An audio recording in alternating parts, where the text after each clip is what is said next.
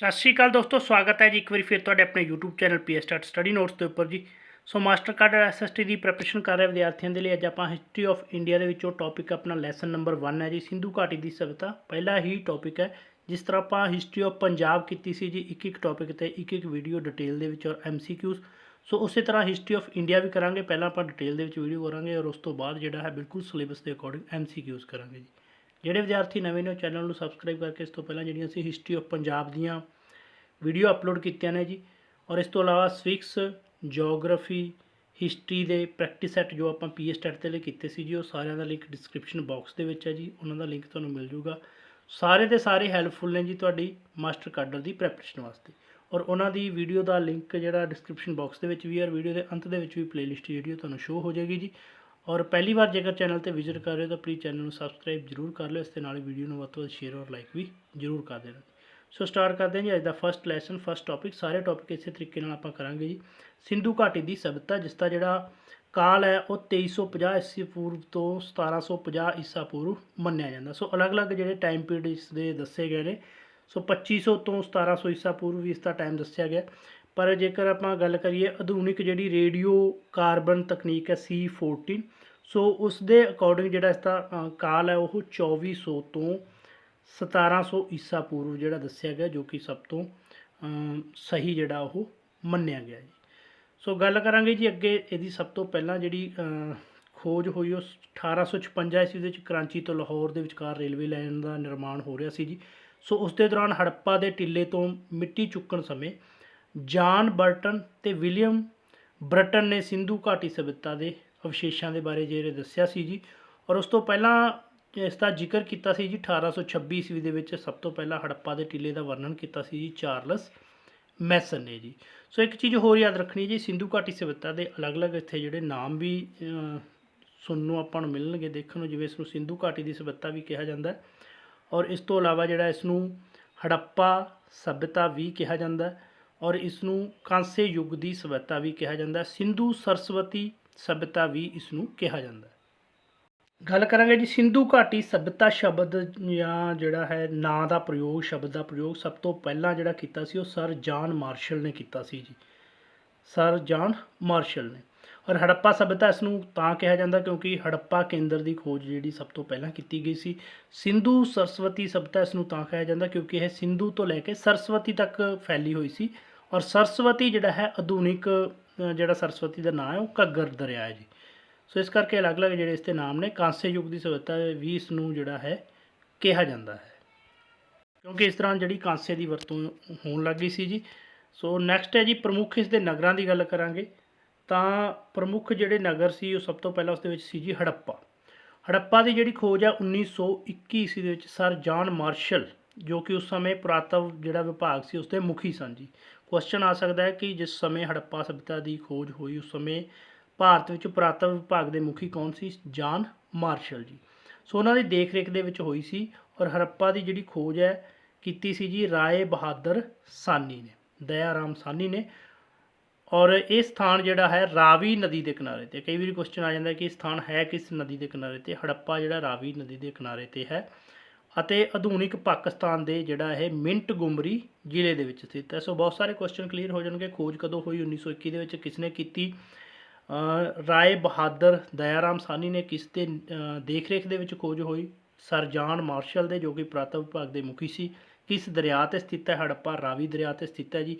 आधुनिक समय ये जोड़ा नगर है कित्थे है? तो पाकिस्तान के मिंट गुमरी जिले के। सो इदां दे क्वेश्चन आउंदे ने जी। अगे इत्थों इंपोर्टेंट दूसरी चीज़ है कि मिलिया की सब तो पहला तो मिलिया जी इत्थे विशाल गोदाम या जिन्हों अन्न भंडार कहा जाता, जो कि 169 फुट लंबा है तो 135 फुट चौड़ा है जी। और R37 कब्रस्तान। सो कब्रस्तान कई बार आ जाता कि हड़प्पा सभ्यता तो जोड़ा R37 मिलिया की चीज़ है, तो यह एक कब्रस्तान है जी। इस तो इलावा जोड़ा इत्थों मिलिया वो मिलिया है जी मटर और तिल की पैदावार के चिन्ह मिले ने जी। तांबे का बनया शीशा मिलिया, तांबे की एक गड्डी मिली है, और मजदूरों के निवास स्थान तो मिले ने। सब तो इंपोर्टेंट है दो चीज़ां आप याद रखे ने हड़प्पा तो, बाकी वैसे कोशिश करो एक दो बार वीडियो सुनोगे तो हो जाऊगा।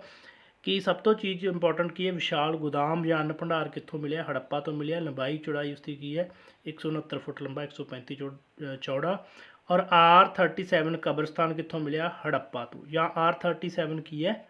ਕਬਰਸਤਾਨ ਹੈ ਜੀ। ਅੱਗੇ ਹੈ ਜੀ ਦੂਸਰਾ ਮਹੱਤਵਪੂਰਨ ਨਗਰ ਜਿਹੜਾ ਉਹ ਹੈ ਜੀ ਮੋਹਨਜੋਦੜੋ।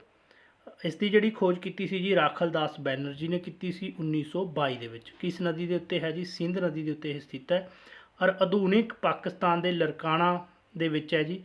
ਔਰ ਮੋਹਨਜੋਦੜੋ ਸ਼ਬਦ ਦਾ ਜਿਹੜਾ ਸ਼ਾਬਦਿਕ ਅਰਥ ਹੈ ਉਹ ਹੈ ਮੁਰਦਿਆਂ ਦਾ ਟਿੱਲਾ ਜੀ। ਔਰ ਇੱਥੋਂ ਇੰਪੋਰਟੈਂਟ ਕੀ ਮਿਲਿਆ ਜੀ?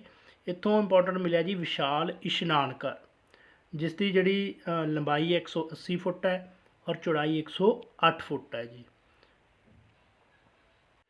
ਔਰ ਇਹ ਜਿਹੜੀ ਇਮਾਰਤ ਮਿਲੀ ਹੈ ਜੀ, ਭਵਨ ਮਿਲਿਆ ਦਿਵਾਲੇ ਇਸ਼ਨਾਨ ਘਰ ਦੇ ਤਲਾਅ ਦੇ, ਉਹ ਹੈ ਜਿਹੜੇ ਤਲਾਅ ਇਸ ਦੇ ਵਿੱਚ ਬਣਿਆ ਹੋਇਆ ਉਸ ਦੀ ਜਿਹੜੀ ਲੰਬਾਈ 39 ਫੁੱਟ, ਚੌੜਾਈ 23 ਫੁੱਟ ਅਤੇ ਡੂੰਘਾਈ ਉਸ ਦੀ 8 ਫੁੱਟ ਹੈ ਜੀ। ਜਿਸ ਤੋਂ ਸੰਕੇਤ ਮਿਲਦਾ ਜਿਵੇਂ ਆਪਾਂ ਆਧੁਨਿਕ ਜਿਸ ਤਰ੍ਹਾਂ ਗੁਰਦੁਆਰਿਆਂ ਨੂੰ ਆਪਾਂ ਲੈ ਸਕਦੇ ਹਾਂ ਕਿ ਗੁਰਦੁਆਰਿਆਂ ਦੇ ਵਿੱਚ ਜਿਹੜਾ ਇੱਕ ਤਲਾਅ ਬਣਿਆ ਹੁੰਦਾ, ਚੁਫੇਰੇ ਇੱਕ ਜਿਹੜਾ ਹੈ ਵਰਾਂਡੇ ਦੀ ਤਰ੍ਹਾਂ ਬਣਿਆ ਹੁੰਦਾ, ਉਸੇ ਤਰ੍ਹਾਂ ਦਾ ਜਿਹੜਾ ਇੱਕ ਭਵਨ ਹੈ ਉੱਥੇ ਮਿਲਿਆ ਹੈ, ਵਿਸ਼ਾਲ ਇਸ਼ਨਾਨ ਘਰ ਮਿਲਿਆ ਹੈ ਮੋਹਨਜੋਦੜੋ ਦੇ ਵਿੱਚ। ਦੂਸਰਾ ਮਹੱਤਵਪੂਰਨ ਮਿਲਿਆ ਜੀ ਕਾਂਸੀ ਧਾਤੂ ਦੀ ਨਰਤਕੀ ਦੀ ਨੱਚਦੀ ਹੋਈ ਔਰਤ ਦੀ ਮੂਰਤੀ ਮਿਲੀ ਹੈ ਜੀ।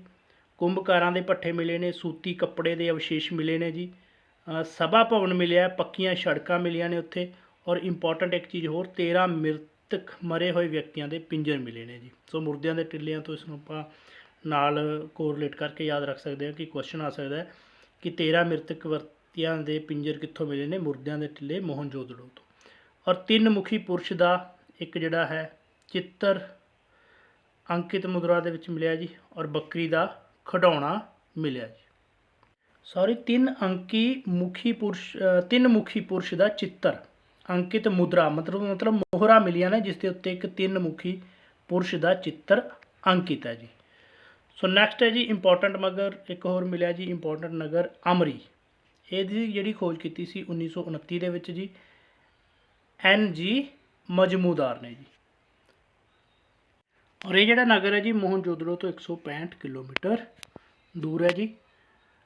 ਨੈਕਸਟ ਹੈ ਜੀ ਚੂਹਨਜੋਦੜੋ, ਬਹੁਤ ਇੰਪੋਰਟੈਂਟ ਹੈ ਜੀ ਇਹ ਵੀ ਨਗਰ ਜਿਹੜਾ ਚੂਹਨਜੋਦੜੋ। ਸੋ ਇਸ ਦੀ ਜਿਹੜੀ ਖੋਜ ਇਹ ਜਿਹੜਾ ਹੈ ਕਿੱਥੇ ਹੈ? ਸਿੰਧ ਨਦੀ ਦੇ ਉੱਪਰ ਸਥਿਤ ਹੈ ਜੀ। ਸੋ 1931 ਦੇ ਵਿੱਚ ਇਸ ਦੀ ਖੋਜ ਹੋਈ ਸੀ ਔਰ ਇਸ ਦੀ ਵੀ ਖੋਜ ਜਿਹੜੀ ਹੈ NG ਮਜਮੂਦਾਰ ਨੇ ਕੀਤੀ ਸੀ ਔਰ ਆਧੁਨਿਕ ਪਾਕਿਸਤਾਨ ਦੇ ਸਿੰਧ ਪ੍ਰਾਂਤ ਦੇ ਵਿੱਚ ਹੈ ਜੀ। ਔਰ ਇੱਥੋਂ ਮਣਕੇ ਬਣਾਉਣ ਦਾ ਜਿਹੜਾ ਕਾਰਖਾਨਾ ਮਿਲਿਆ ਔਰ ਇਸ ਦੇ ਨਾਲ ਹੀ ਗੁੱਡੀਆਂ ਦਾ ਨਿਰਮਾਣ ਔਰ ਲਿਪਸਟਿਕ ਦੇ ਜਿਹੜੇ ਅਵਸ਼ੇਸ਼ ਨੇ ਉਹ ਮਿਲੇ ਨੇ ਜੀ। ਨੈਕਸਟ ਹੈ ਜੀ ਨੰਬਰ 5 'ਤੇ ਕੋਟ ਦੀਜੀ। ਇਹ ਇਹ ਵੀ ਸਿੰਧੂ ਨਦੀ ਦੇ ਉੱਤੇ ਸਥਿਤ ਹੈ ਜੀ। ਇਸ ਦੀ ਜਿਹੜੀ ਖੋਜ 1955 ਤੋਂ 57 ਦੇ ਵਿੱਚ ਜਿਹੜੀ ਹੈ ਹੋਈ ਸੀ ਔਰ ਪਾਕਿਸਤਾਨ ਦੇ ਪੁਰਾਤਨ ਵਿਭਾਗ ਦੇ ਅਧਿਕਾਰੀ FA ਖਾਨ ਦੁਆਰਾ ਕੀਤੀ ਗਈ ਸੀ ਔਰ ਆਧੁਨਿਕ ਇਹ ਖੈਰਪੁਰ ਪਾਕਿਸਤਾਨ ਦੇ ਵਿੱਚ ਹੈ ਜੀ। ਅੱਗੇ ਹੈ ਜੀ ਕਾਲੀ ਬੰਗਾ। ਸੋ ਕਾਲੀ ਬੰਗਾ ਬਹੁਤ ਇੰਪੋਰਟੈਂਟ ਹੈ ਜੀ, ਰਾਜਸਥਾਨ ਦੇ ਵਿੱਚ ਹੈ, ਸਰਸਵਤੀ ਨਦੀ ਦੇ ਉੱਪਰ ਸਥਿਤ ਹੈ ਔਰ 1951-52 ਦੇ ਵਿੱਚ ਇਸ ਦੀ ਖੋਜ ਹੋਈ ਸੀ ਔਰ ਅਮਲਾਨੰਦ ਘੋਸ਼ ਨੇ ਇਸ ਦੀ ਜਿਹੜੀ ਖੋਜ ਕੀਤੀ ਔਰ ਆਧੁਨਿਕ ਗੰਗਾ ਨਗਰ ਰਾਜਸਥਾਨ ਦੇ ਵਿੱਚ ਹੈ ਜੀ ਕਾਲੀ ਬੰਗਾ। ਔਰ ਇੱਥੋਂ ਸਾਨੂੰ ਪ੍ਰਾਪਤ ਹੋਇਆ ਜੀ ਵਾਹੇ ਹੋਏ ਖੇਤ, ਪੱਕੀ ਮਿੱਟੀ ਦਾ ਹਲ।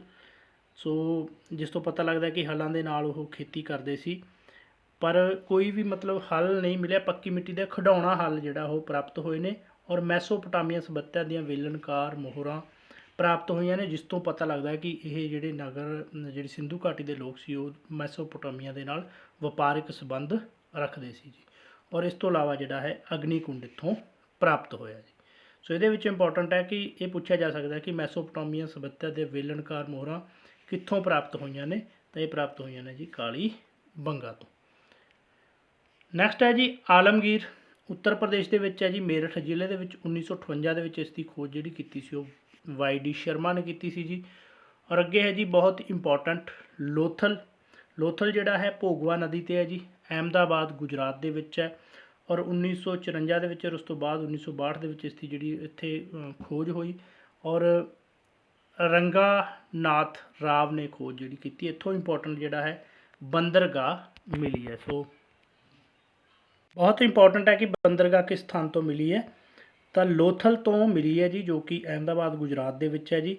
ਔਰ ਪੱਕੀਆਂ ਇੱਟਾਂ ਦੀ ਬਣੀ ਹੋਈ ਇਹ ਬੰਦਰਗਾਹ ਹੈ ਜਿਸ ਦੇ ਖੰਡਰ ਮਿਲੇ ਨੇ ਔਰ ਸਮੁੰਦਰੀ ਜਹਾਜ਼ਾਂ ਦੇ ਠਹਿਰਨ ਦਾ ਉਚਿਤ ਇੱਥੇ ਜਿਹੜਾ ਹੈ ਪ੍ਰਬੰਧ ਸੀ, ਜਿਸ ਤੋਂ ਸਪਸ਼ਟ ਹੁੰਦਾ ਹੈ ਕਿ ਹੜੱਪਾ ਸੰਸਕ੍ਰਿਤੀ ਦੇ ਲੋਕਾਂ ਦਾ ਸਮਕਾਲੀ ਸਭਿਅਤਾਵਾਂ ਦੇ ਲੋਕਾਂ ਨਾਲ ਅਰਬ ਸਾਗਰ ਰਾਹੀਂ ਸਮੁੰਦਰੀ ਜਿਹੜਾ ਵਪਾਰ ਚੱਲਦਾ ਸੀ ਜੀ।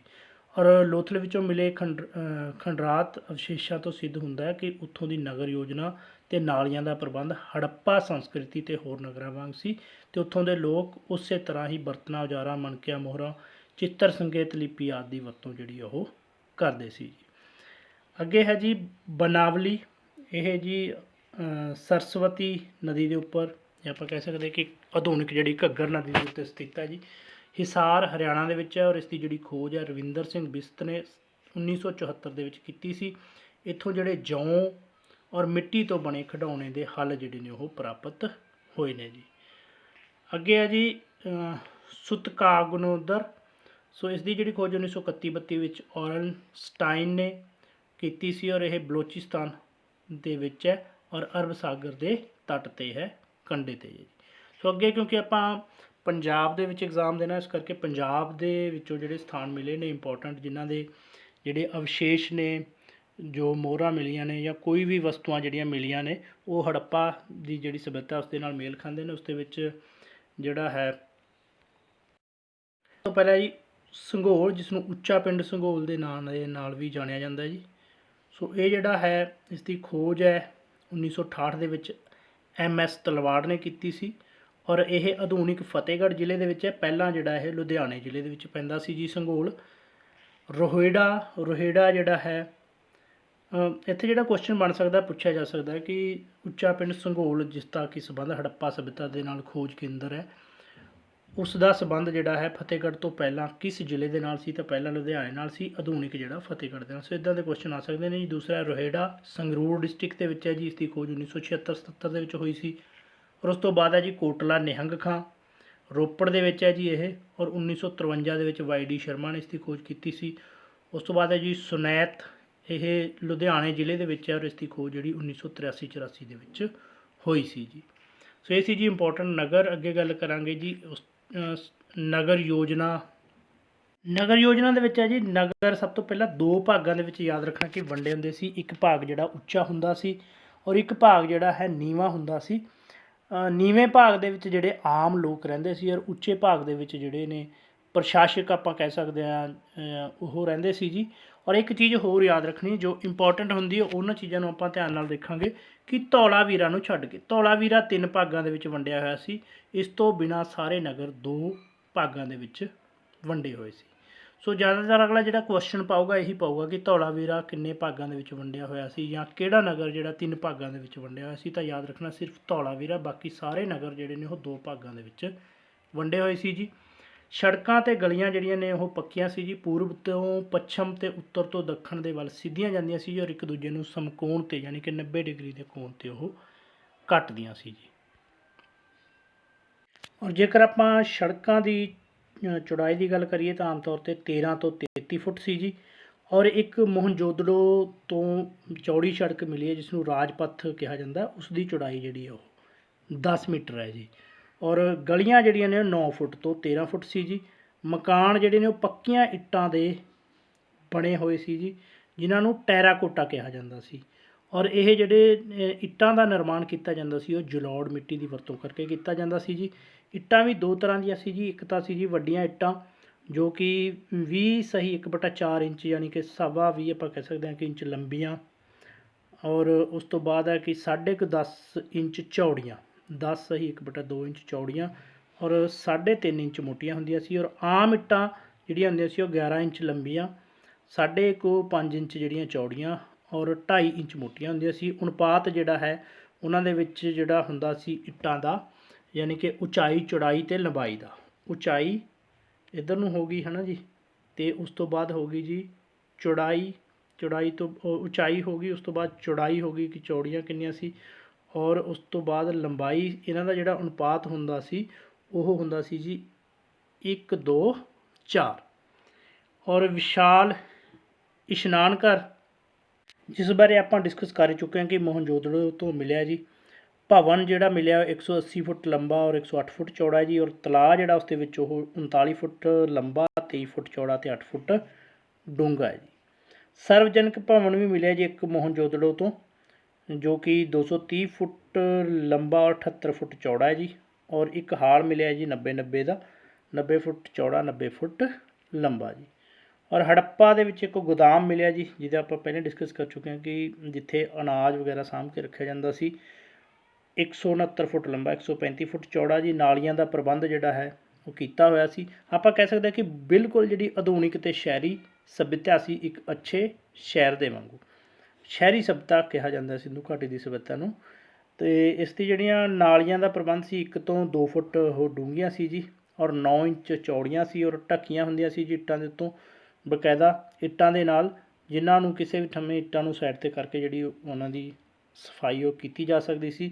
ਔਰ ਸ਼ਹਿਰਾਂ ਦੇ ਵਿੱਚ ਜਿਹੜੇ ਨਾਲੇ ਬਣੇ ਹੋਏ ਸੀ, ਉਹਨਾਂ ਦਾ ਜਿਹੜਾ ਘੇਰਾ 2 ਤੋਂ 5 ਫੁੱਟ ਸੀ ਜੀ। ਸਮਾਜਿਕ ਜੀਵਨ ਦੀ ਗੱਲ ਕਰਾਂਗੇ, ਸ਼ਹਿਰੀ ਅਤੇ ਸੁਖੀ ਜੀਵਨ ਸੀ ਜੀ।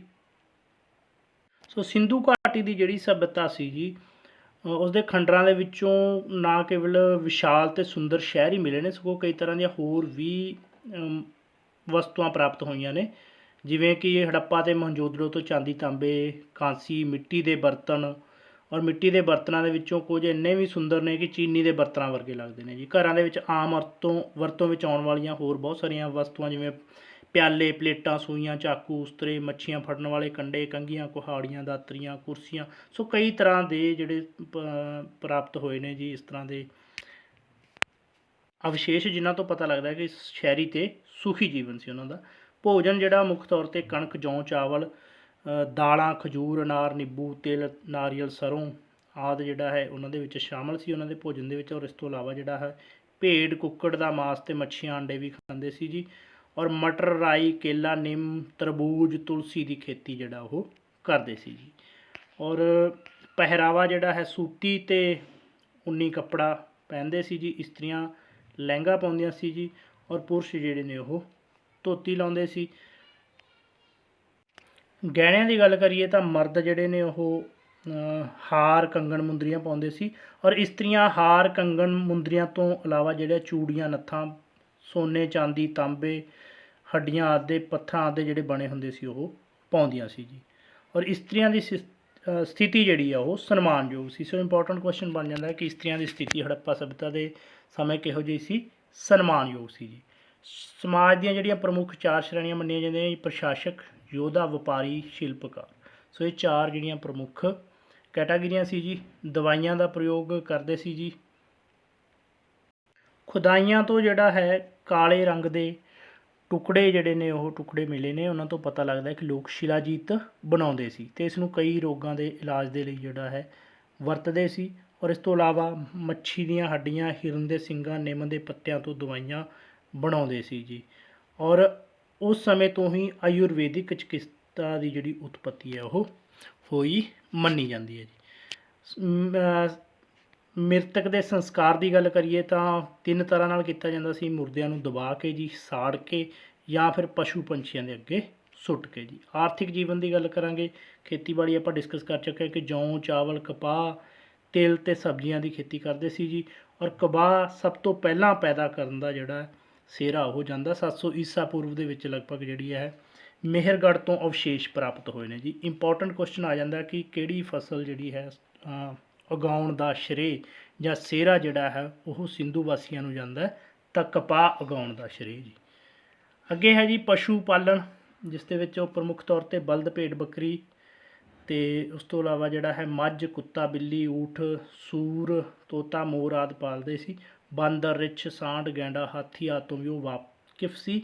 ਇੰਪੋਰਟੈਂਟ ਕੀ ਹੈ ਕਿ ਘੋੜੇ ਤੋਂ ਲੱਗਦਾ ਕਿ ਉਹ ਵਾਕਿਫ ਨਹੀਂ ਸੀ। ਸੋ ਪੁੱਛਿਆ ਜਾ ਸਕਦਾ, ਬਹੁਤ ਕਾਮਨ ਕੁਐਸਚਨ ਹੈ। ਆਪਾਂ ਨੂੰ ਲੱਗੇਗਾ ਕਿ ਸ਼ਾਇਦ ਇਸ ਦਾ ਆਨਸਰ ਜਦੋਂ ਆਪਸ਼ਨ 'ਚ ਆਊਗਾ ਕਿ ਹੇਠ ਲਿਖਿਆਂ ਵਿੱਚੋਂ ਕਿਹੜੇ ਪਸ਼ੂ ਤੋਂ ਉਹ ਜਾਣਕਾਰ ਨਹੀਂ ਸਨ, ਤਾਂ ਜਦੋਂ ਉਹਦੇ 'ਚ ਆਪਸ਼ਨ ਘੋੜਾ ਆਏਗੀ ਤਾਂ ਆਪਾਂ ਨੂੰ ਲੱਗੇਗਾ ਕਿ ਨੋਰਮਲ ਹੈ। ਆਪਾਂ ਸ਼ਾਇਦ ਉਸ ਚੀਜ਼ ਨੂੰ ਜੇਕਰ ਆਪਾਂ ਨਹੀਂ ਧਿਆਨ ਨਾਲ ਪੜ੍ਹਾਂਗੇ ਤਾਂ ਉਹ ਹੋ ਜਾਊਗਾ ਕਿ ਘੋੜੇ ਤੋਂ ਤਾਂ ਬਹੁਤ ਦੇਰ ਤੋਂ ਜਾਣੂ ਹੈ, ਤਾਂ ਸ਼ਾਇਦ ਜਾਣੂ ਹੋਣਗੇ, ਪਰ ਪ੍ਰਾਪਤ ਹੋਏ ਅਵਸ਼ੇਸ਼ਾਂ ਤੋਂ ਲੱਗਦਾ ਹੈ ਕਿ ਘੋੜੇ ਤੋਂ ਵਾਕਿਫ ਜਿਹੜੇ ਉਹ ਨਹੀਂ ਸੀ।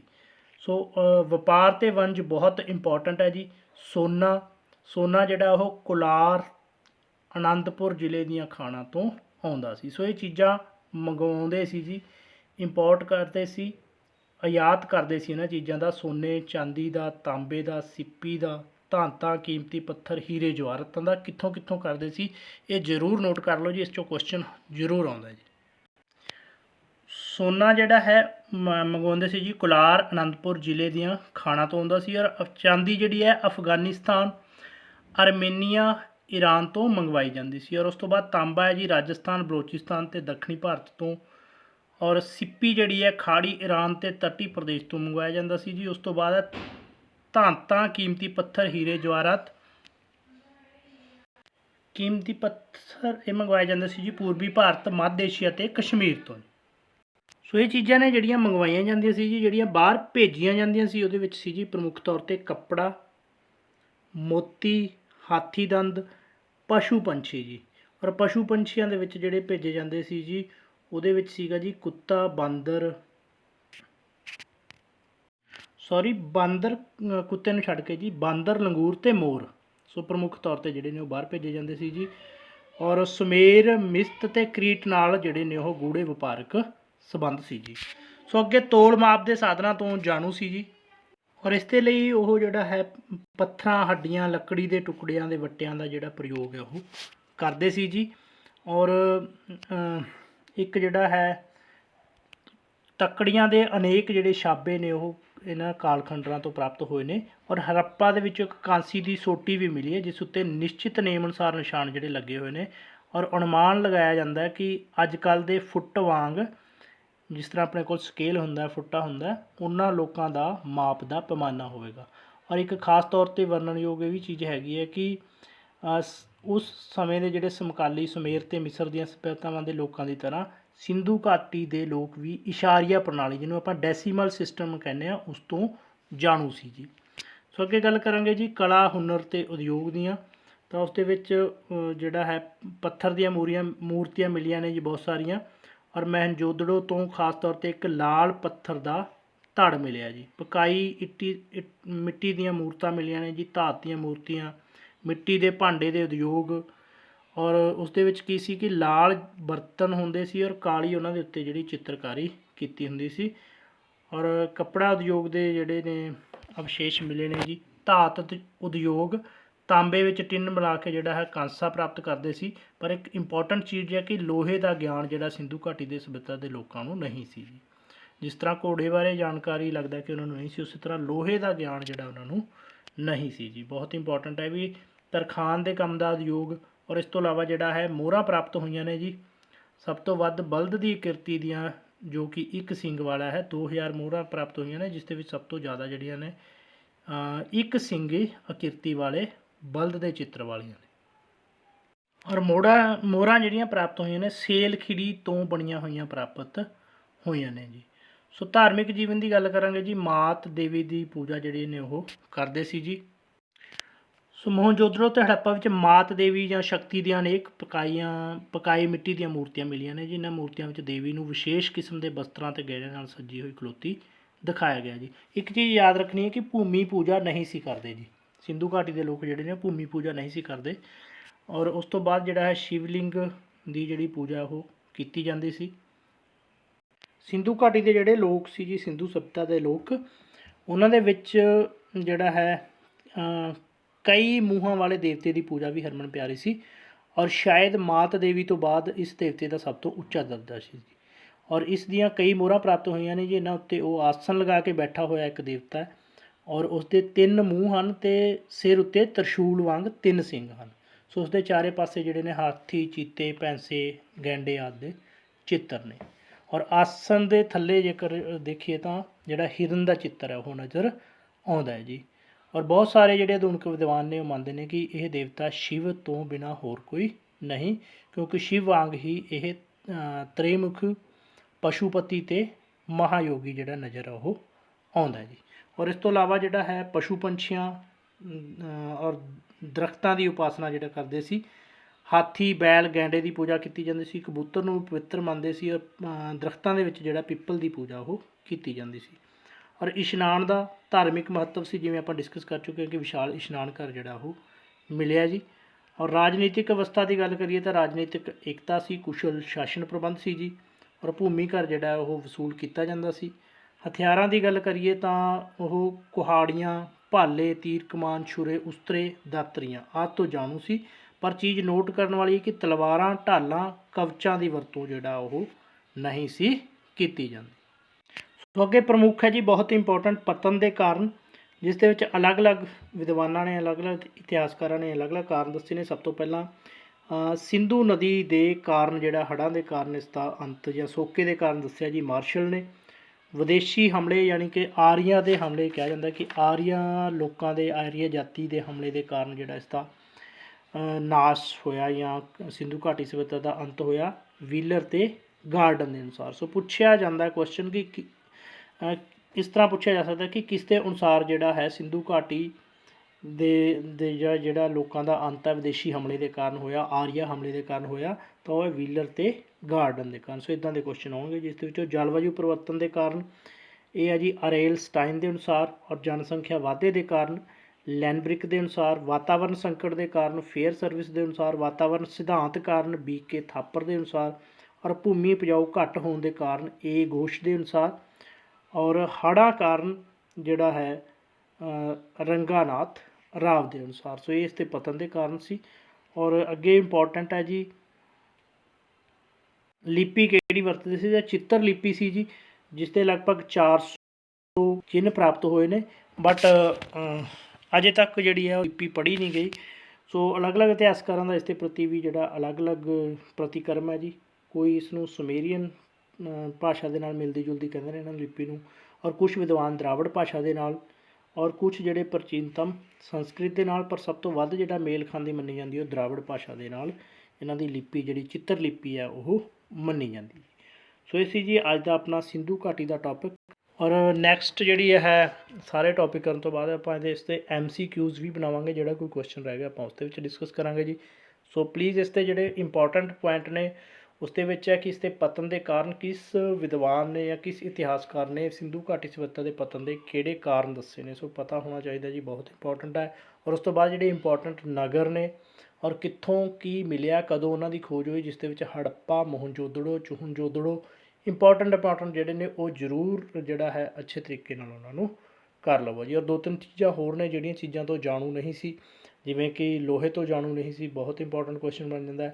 ਘੋੜੇ ਤੋਂ ਲੱਗਦਾ ਕਿ ਸ਼ਾਇਦ ਉਹ ਘੋੜੇ ਤੋਂ ਨਹੀਂ ਸੀ ਜਾਣੂ। ਔਰ ਧਾਰਮਿਕ ਪੂਜਾ ਦੇ ਵਿੱਚ ਜਿਵੇਂ ਸਭ ਤੋਂ ਵੱਧ ਪੂਜਾ ਕਿਸ ਦੀ, ਕੁੱਬੜ ਵਾਲੇ ਬੈਲ ਦੀ, ਜਿਸ ਤਰ੍ਹਾਂ ਕਿਸ ਪਸ਼ੂ ਦੀ ਕਰਦੇ ਸੀ, ਕੁੱਬੜ ਵਾਲੇ ਬੈਲ ਦੀ। ਔਰ ਮੋਹਰਾਂ ਜਿਹੜੀਆਂ ਨੇ ਸੇਲਖੀੜੀ ਤੋਂ ਬਣੀਆਂ ਹੁੰਦੀਆਂ ਸੀ। ਸੋ ਇੱਦਾਂ ਦੇ ਜਿਹੜੇ ਕੁਐਸਚਨ ਨੇ ਉਹ ਜ਼ਰੂਰ ਯਾਦ ਕਰ ਲਓ ਜੀ। ਸੋ ਇਸ ਦੇ ਨਾਲ ਹੀ ਪਲੀਜ਼ ਵੀਡੀਓ ਨੂੰ ਵੱਧ ਤੋਂ ਵੱਧ ਸ਼ੇਅਰ ਔਰ ਲਾਈਕ ਜ਼ਰੂਰ ਕਰੋ ਜੀ। So thank you. ਔਰ ਆਉਣ ਵਾਲੀਆਂ ਵੀਡੀਓ ਦੇਖਣ ਦੇ ਲਈ ਚੈਨਲ ਨੂੰ ਸਬਸਕ੍ਰਾਈਬ ਵੀ ਜ਼ਰੂਰ ਕਰ ਲੈਣਾ। So thank you for watching the video.